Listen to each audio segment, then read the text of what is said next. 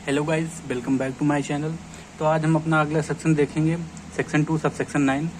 It explains about the assessment year in income tax act 1961। ये जो हमारा section 2 sub section 9 है, ये असेसमेंट ईयर को डिस्क्राइब करता है।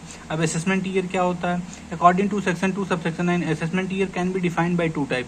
असेसमेंट ईयर जो है वो 2 तरीके से डिफाइन किया गया है जिसमें कि हमारा पहली डेफिनेशन है कि if 12 month period commencing on 1 April and into टू 31 मार्च। जैसे कि 12 महीने का ये पीरियड होता है, 1 अप्रैल से शुरू होता है और 31 मार्च को खत्म होता है।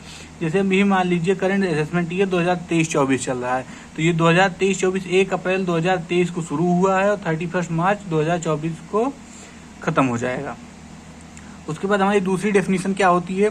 The year in which the income tax is paid by taxpayer is called as assessment year. मतलब वो ईयर जिसमें जो टैक्स पे होता है वो अपना टैक्स का पेमेंट करता है, उसको असेसमेंट ईयर कहते हैं।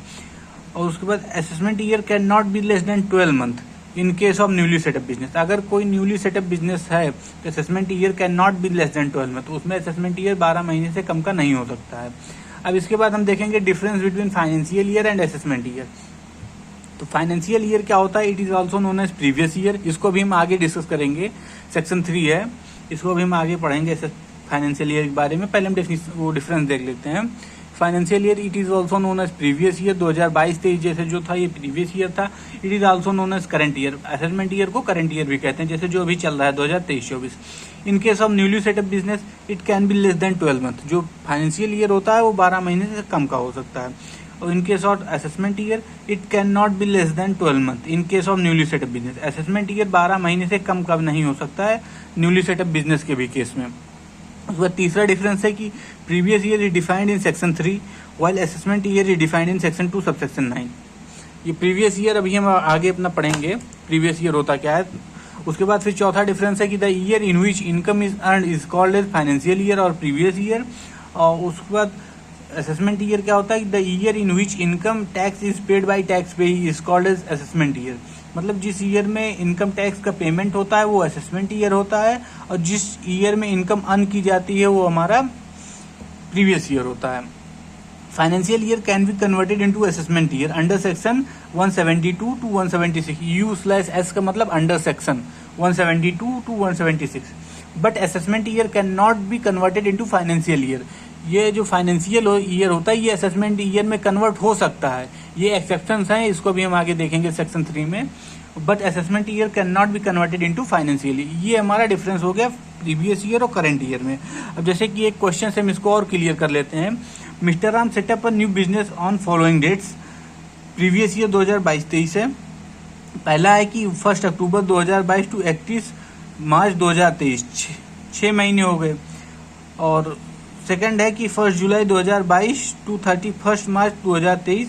तीसरा है 1 जनवरी 2023 टू 31 मार्च 2023। अब इसमें देखिए 1 अक्टूबर 2022 से 31 मार्च 2023 तक 6 महीने हो गए, और दूसरा 1 जुलाई 2022 से 31 मार्च 2023 तक 9 महीने हो गए, और 1 जनवरी 2023 से 31 मार्च 2023 तक 3 महीने हो गए। कैलकुलेट फाइनेंशियल ईयर और previous year. Financial year is calculated from the date of business commencement to closing period of financial year. जो प्रीवियस ईयर इसमें कैलकुलेट कैसे होगा?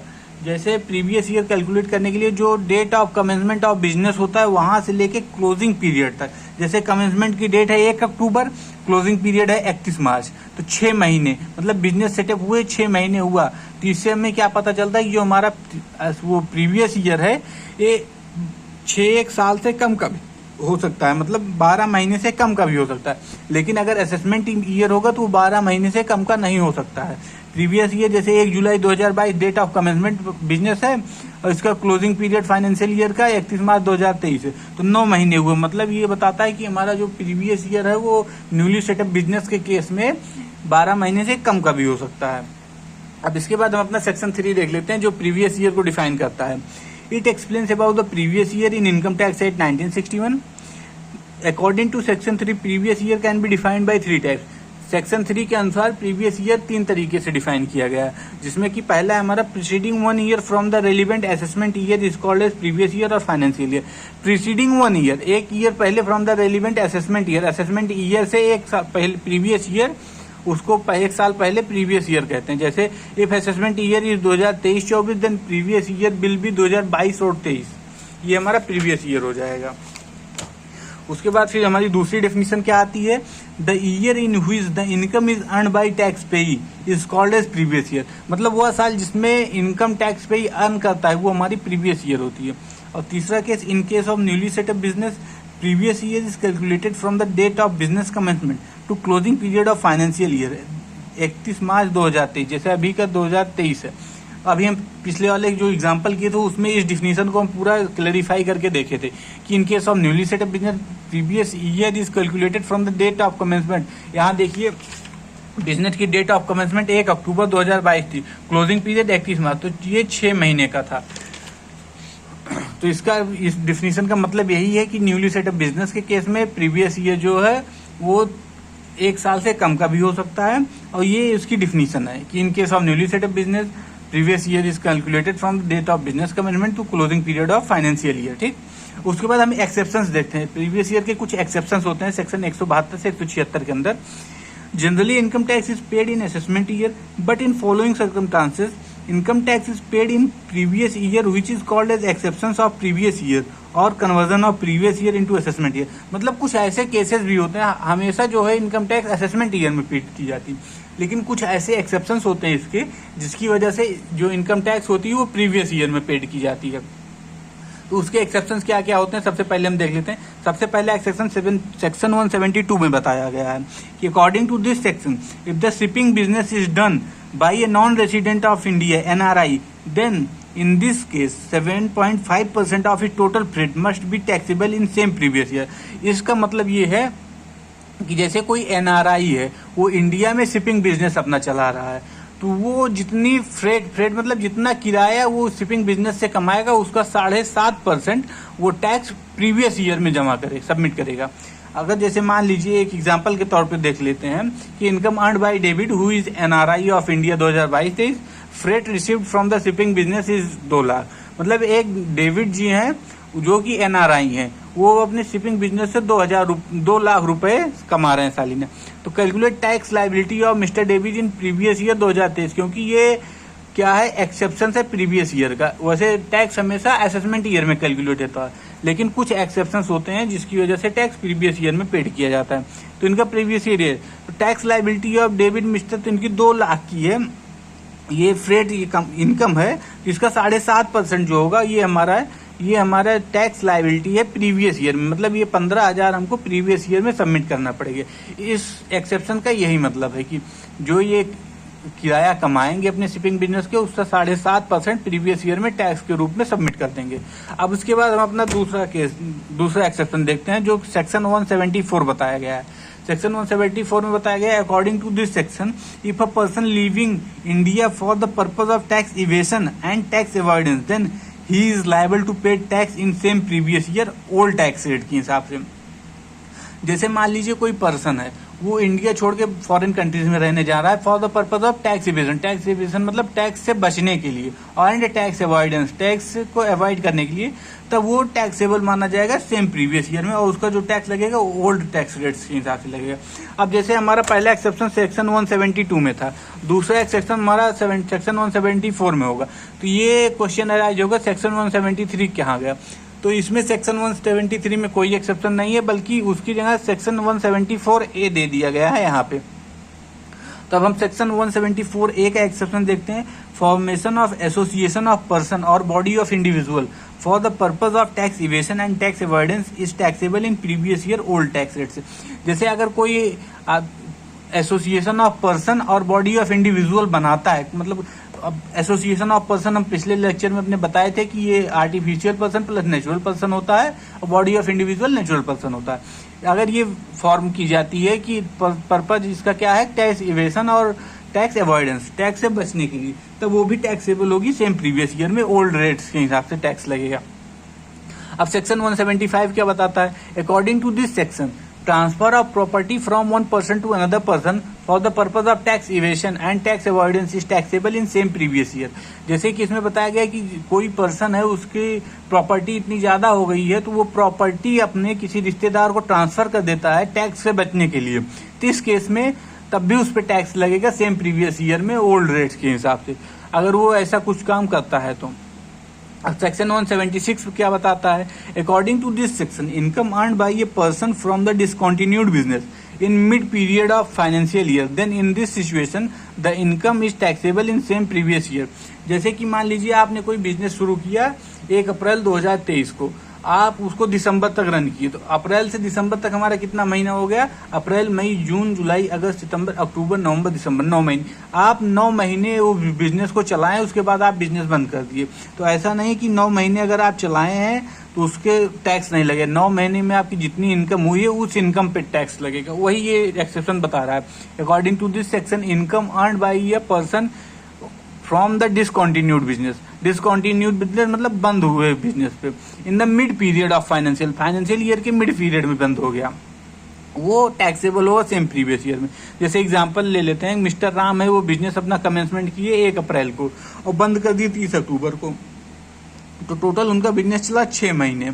उसमें उनकी इनकम कितनी हुई थी? 5 लाख की। तो 5 लाख 2023-24 फाइनेंशियल ईयर की उनकी इनकम थी। इस पे ओल्ड रेट्स के हिसाब से टैक्स लगा देंगे। उसके बाद हमारा आता है अगला section, section 10 subsection 3। Section 10 subsection 3 क्या बताता है? ये सेक्शन 10 सबसेक्शन 3 हमारा कैजुअल इनकम्स के बारे में बताता है। कैजुअल इनकम क्या होती है कि according to section 10 subsection 3 the income which is unexpected and unexplained in nature is called a casual income. मतलब कि अनएक्सपेक्टेड हो और अनएक्सप्लेन्ड हो अपने नेचर से, उसको कैजुअल इनकम कहते हैं। फॉर एग्जाम्पल देख लेते हैं, इनकम फ्रॉम लॉटरी, ये तो एक्सपेक्टेड नहीं थी और अनएक्सप्लेन्ड भी थी, तो ये इनकम फ्रॉम लॉटरी हमारी कैजुअल इनकम हो गई। Winning from horse race, winning from human race, betting income, gambling income, income from crosswords, puzzles, speculative income, ये सब जो इतनी हमारी इनकम आती हैं वो हमारी कैजुअल इनकम में आती हैं। अब इसके कुछ प्रोविजंस भी हैं अंडर सेक्शन 10 सबसेक्शन 3। तो प्रोविजंस क्या कैजुअल इनकम की हैं हम ये देख लेते हैं कि कैजुअल इनकम पे कब टैक्स लगेगा, कब टैक्स नहीं लगेगी, ये सब चीजें हैं। तो casual income is taxable at a rate of 30% per annum. जो कैजुअल इनकम होती है उस पर हमेशा 30% पर एनम का टैक्स लगता है। सेक्शन 10 सबसेक्शन 3 के अंदर ये बताया गया है। दूसरा प्रोविजन क्या है? If the casual income is more than 10,000 per annum, अगर जो कैजुअल इनकम है हमारी 10,000 पर एनम से ज्यादा है, then it will be liable for TDS, तब वो टीडीएस के लिए लायबल होगा, तब उससे टैक्स डिडक्शन कटेगा at source. Otherwise it will be exempted from TDS. Otherwise अगर उसका ये 10,000 पर एनम से कम है तब उस पर कोई टीडीएस नहीं कटेगा। एग्जेम्प्टेड मतलब वो बच गई है, उस पर कोई टैक्स नहीं लगेगा, वो गाइडलाइन के अंदर नहीं आ रही है। उसके बाद हमारा तीसरा पॉइंट है, expenditure incurred on the casual income is not allowed as deduction. जैसे मान लीजिए आप कैजुअल इनकम अर्न करने के लिए उस पर 50,000 का एक्सपेंडिचर कर रहे हैं, तो ये जो 50,000 का एक्सपेंडिचर है ये कैजुअल इनकम में नहीं आएगी, ये कैजुअल इनकम से डिडक्ट नहीं की जाएगी, क्योंकि ये एक्सपेंडिचर है जो कि कैजुअल इनकम अर्न करने के लिए एक्सपेंड किया गया, तो वो डिडक्ट नहीं होगा कैजुअल इनकम से। फॉर एग्जाम्पल हम देख लेते हैं, इनकम फ्रॉम लॉटरी 1 लाख, उसके बाद payment made for purchase of lottery ticket 10,000, calculate taxable on casual income. अब 1 लाख का लॉटरी जीते हैं आप, उस पर 10,000 की उसकी टिकट खरीदे थे, तो जो टैक्स लगेगा वो 1 लाख पे 30% लगेगा, क्योंकि ये जो 10,000 है ये एक्सपेंडिचर इनकम से माइनस नहीं किया जाता, कैजुअल इनकम से उसकी एक्सपेंडिचर माइनस नहीं की जा सकती। ये हमारा तीसरा एक्सेप्शन था। चौथा एक्सेप्शन है कि ग्रॉस कैजुअल इनकम कैसे निकालेंगे। तो ग्रॉस कैजुअल इनकम निकालने का फार्मूला होता है net casual income into 100/100 minus rate of taxes, जो कि 30% होता है। मान लो कि नेट, एक एग्जांपल ले लेते हैं क्वेश्चन, नेट कैजुअल इनकम हमारी 70,000 है और कैलकुलेट ग्रॉस कैजुअल इनकम। तो gross casual income equal to 70,000 into 100/100 minus rate, क्योंकि रेट ऑफ टैक्स ये फिक्स रहता है कैजुअल इनकम का 30%। तो 70,000 इंटू 100/70, तो 1 लाख की जो आ गई ये हमारी net casual gross casual income आ गई। एक क्वेश्चन हम और करते हैं, उसमें देखते हैं, if the net income from lottery is 17,780, calculate gross income from lottery. तो इसमें gross income equal to 17,780 into 100/100 minus rate, 7,1880 into 100/17, तो हमारा 25,400 ये हमारा आ गया net gross income, gross casual income. पांचवा प्रोविजन क्या है, casual loss can only be recovered from casual income not from other sources. जो ये कैजुअल लॉसेस होते हैं हमारे, ये कैजुअल इनकम से रिकवर्ड किए जा सकते हैं, और किसी से कैजुअल एक्सपेंडिचर नहीं रिकवर किया जा सकता था। ये आप लोग को याद होगा, कैजुअल एक्सपेंडिचर जो होता था कैजुअल इनकम अर्न करने के लिए वो रिकवर नहीं होता था, लेकिन ये कैजुअल लॉस जो होगा ये हमारा कैजुअल इनकम से रिकवर हो जाएगा। Casual loss can only be recovered from casual income, not from other source. और किसी सोर्स से उसको रिकवर नहीं कर सकते। For example, winning from horse race 2,50,000, loss from horse race 1 lakh. एक हॉर्स रेस से आप 2.5 लाख जीते हैं, एक हॉर्स रेस से आप 1 लाख आ रहे हैं, तो calculate amount of tax payable. तो tax on casual income 2.5 lakh minus 1 lakh, क्योंकि ये कैजुअल लॉस है तो ये कैजुअल इनकम से माइनस हो जाएगी। तो 2.5 लाख से 1 लाख माइनस होगा 1.5 लाख, इसका 30% टैक्स लग जाएगा, क्योंकि कैजुअल इनकम का टैक्स रेट फिक्स होता है। तो 4.5 लाख हमारी कैजुअल इनकम आ गई। अब इसके बाद हमारा ये 2 सेक्शन नंबर 1 जो हम पढ़े थे, इसमें अपना असेसमेंट ईयर का सेक्शन 2 सब सेक्शन 31, ये हम अपने पिछले लेक्चर में कवर कर चुके थे। सेक्शन 2 सब सेक्शन 31 जो टैक्सेबल पर्सन के बारे में बताता है। आज हम पढ़े अपना सेक्शन 2 सब सेक्शन 9 जो कि हमारा असेसमेंट ईयर के बारे में बताता है। इसका पूरा देखे, उसके बाद फिर हम देखे फाइनेंशियल ईयर असेसमेंट ईयर में क्या डिफरेंसेस होते हैं। उसके बाद फिर हमने सेक्शन 3 पढ़ा अपना, वो जो कि प्रीवियस ईयर बताता है। सेक्शन 3 पढ़ने के बाद फिर हम उसके एक्सेप्शंस देखें, सेक्शन 3 के एक्सेप्शंस क्या क्या होते हैं, कि कब, वैसे तो टैक्स हमेशा असेसमेंट ईयर में चार्ज होता है, लेकिन ऐसे कुछ केसेस होते हैं जिस केसेस में टैक्स जो है हमारा प्रीवियस ईयर में चार्ज होता है, उसके ये 4 सेक्शन 172 से 176 तक एक्सेप्शन से 172, 174, 174 ए, 175, 176। उसके बाद फिर हमने अपना पढ़ा सेक्शन 3 सबसेक्शन 10 सबसेक्शन 3 जो कि कैजुअल इनकम के बारे में बताता है, उसके प्रोविजंस पढ़ लिए। इसी के साथ आज के हम अपनी वीडियो एंड करते हैं। अब अगले वीडियो में हम पढ़ेंगे सेक्शन 80B पार्ट 5 जो कि हमारा ग्रॉस टोटल इनकम के बारे में बताता है। तब तक के लिए हमारे चैनल के साथ बने रहिए, शेयर कीजिए, सब्सक्राइब कीजिए। मिलते हैं नेक्स्ट वीडियो में। Thank you. जय हिंद, जय भारत।